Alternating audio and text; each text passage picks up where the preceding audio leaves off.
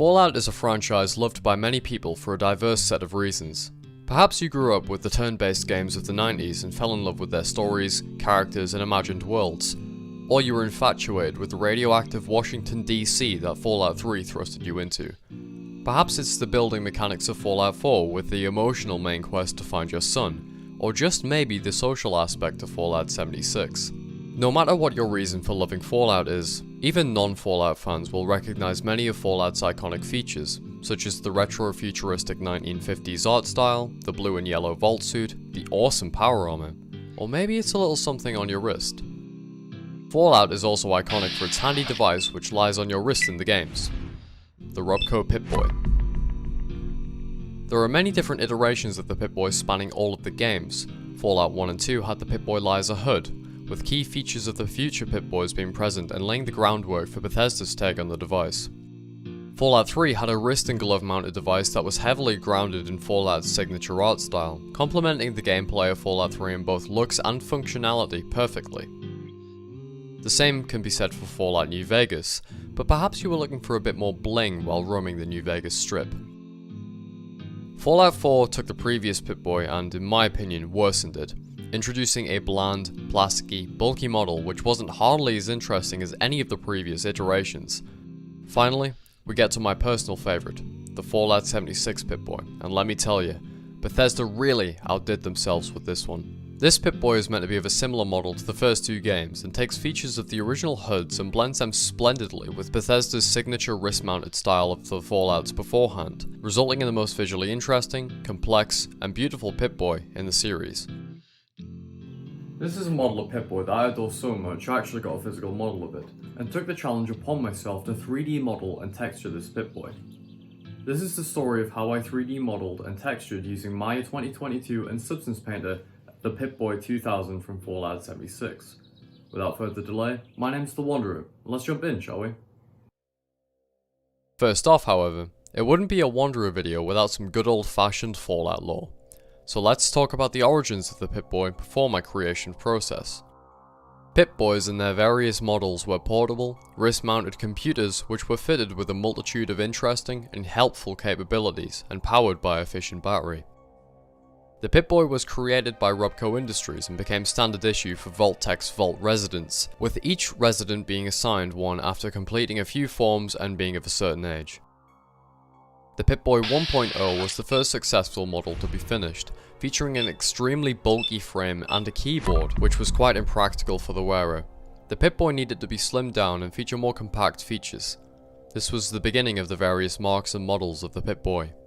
The Pip-Boy came in many different models, the 2000, the 3000 and various marks in between, which varied between each individual dweller. Shortages of certain models meant that earlier or recycled models had to be refurbished and repurposed for younger residents.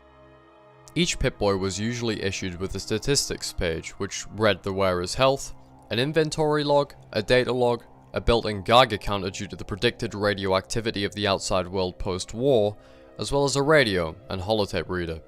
Some later models such as the Pip-Boy 3000 featured a map, but some earlier models lacked the components necessary to host one in their database. That's all you really need to know about the Pip-Boy. Let us begin with my creation process. One of the key components of art and design if you're recreating an already existing object is to have reference. This can be in many different forms. One of the easiest and most common is photo reference. What the fuck are you doing? My brother died at the Battle of Hoover Dam. You're desecrating a war memorial. While I did collect some photo reference, I was fortunate enough to have the real thing in front of me, so most of my visual reference was right in front of me the entire time. I was able to get a close look at each individual component and really look at how they fitted together. One of the things I did early on was break down the Pip-Boy into its defining features. Most noticeable of all, and key feature of the Pip-Boy, was the screen and the frame encasing it. This was something I wanted to work on first before moving to the other features such as the holotape tray below the screen, as well as the radio and Geiger counter on the side of the screen. While I planned to work on the wrist strap as the final piece, I just placed a cylinder of a reasonable size and shape to use as a reference until I got round to it. The back of the Pip-Boy's machinery that connect to the fabric that wraps around the wrist is shaped to fit smoothly with it, so if I was going to work on this last, I had to have something there to keep me in line. Right from the get-go, my Pip-Boy's low poly model was very high in polygons for what was meant to be a low poly model. I made it higher than usual as I knew this model would not be going into a game engine with any other assets, so while I was mindful of the polygon count, it wasn't something I got overly stressed about. One thing I did during development was finish each component as I went, instead of finishing the whole thing and polishing it up. This is mainly due to my own personal preference, as I found it easier to target each individual component as I went, more than focusing on the entire Pip-Boy and all of its features. I began modelling the screen first for the low poly, and with this being one of my first ever attempts at modelling to a competent level, I found getting the shape difficult to start off. I used some bevels to get the corners to appear smoother, and then used an extrude tool to pull some extra faces inwards before pushing them outwards and beveling the edges to achieve a smoother look. I then extruded the edges and began to form the component housing the screen, which wasn't too difficult, lots of pulling in and out and snapping vertices to make sure the edges were correct.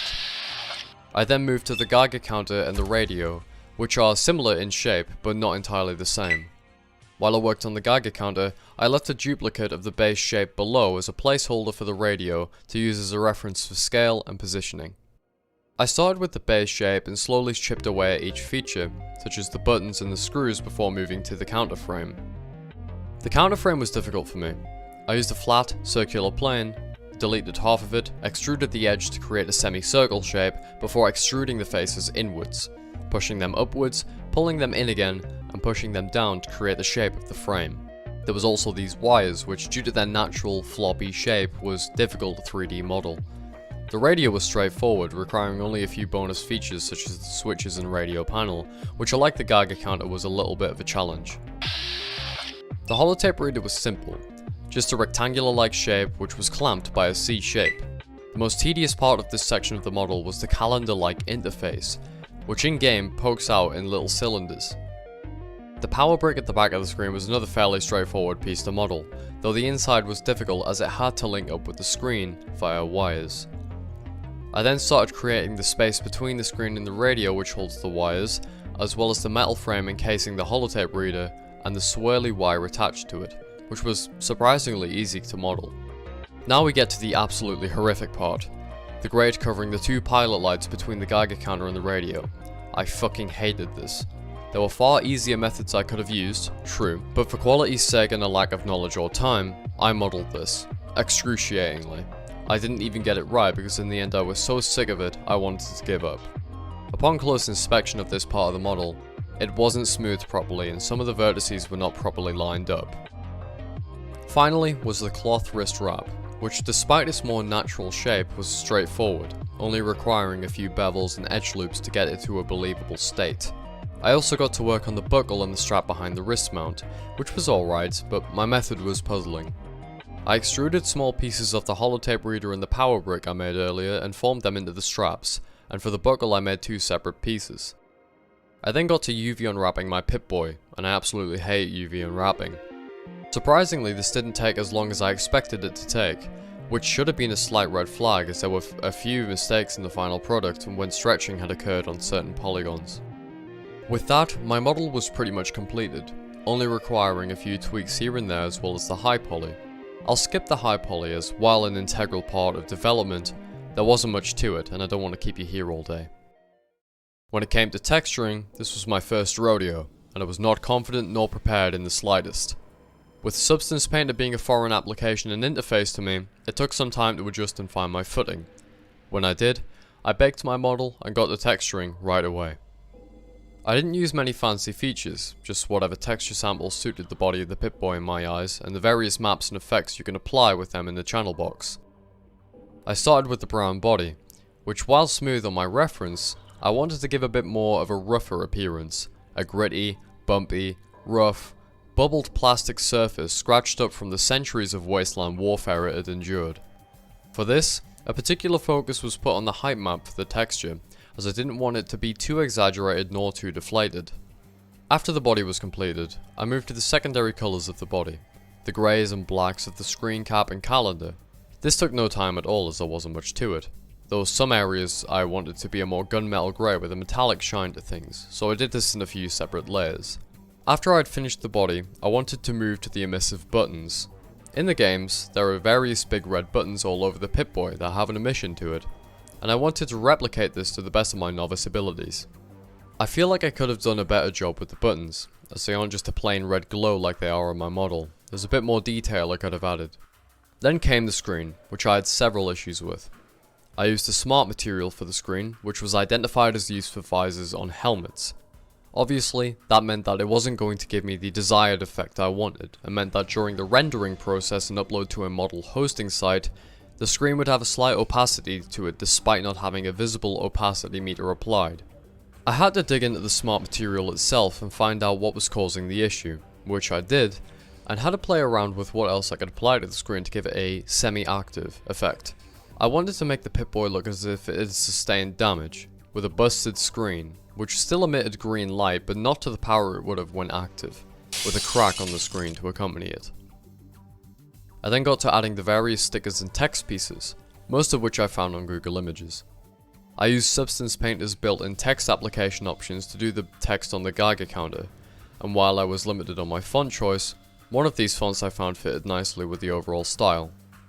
One thing I was super happy with was this Pip-Boy 2000 sticker at the top of the Geiger counter. It looks awesome in the real world and in-game, and I think I did a great job at replicating this beauty. I took a photo from Google, removed the background as sadly this wasn't a PNG, and carefully applied it to the shiny, metal surface I had created prior. The hardest part of this was getting it to lie straight, and while difficult and not perfect, I think I did an okay job. I think, considering this was my first try, I did a pretty good job at making a faithful recreation of Fallout 76's Pip-Boy, utilizing the many different tools to achieve this and giving minor aspects of my own spin. I feel like I could have made it look a bit more damaged on the surfaces, with more scratches and blemishes, but for what I managed to get done in the short amount of time I had available, I did a decent job. I made this model for my university work, and scored a whopping grade A for this piece. I'm ecstatic with the grade I was given, and honestly feel like I tried my hardest with this model. My model wasn't perfect, and I should have taken more time to carefully examine my model's UV map and iron out the issues there, as there was a lot of stretching issues which caused the quality and detail of my model to decrease in certain areas. For example, these cylindrical number plates making up the date and time on the holotape reader were stretched to the point that I could not apply any lettering to them at all. The creation process was stressful, difficult, and tiresome, but proved an excellent and rewarding learning process and outcome. I'd love to know your thoughts on my first proper attempt at modeling and texturing in the comments, and what I can improve on for my work going forward into my second year of university. And with my model finished, I think I'll wrap this video here. Thank you so much for watching today's video. I hope you found my creation interesting, and if you want to see more videos like this one, please consider subscribing, liking, and sharing with your friends. I would like to thank the wondrous supporters who pledge a small amount of money every month. Your support is greatly appreciated. Cypriot Fox, Bonk, Lovable Douchebag, Splicer87, Stewdog, The Macabre Tavern, and Gakari. Your support is greatly appreciated, my friends. If you want a shout out at the end of each of my videos, early access to the videos I make, and much more, consider clicking my join button and becoming a wondrous supporter today for just £1 a month. Thank you very much everybody, and I'll see you again shortly.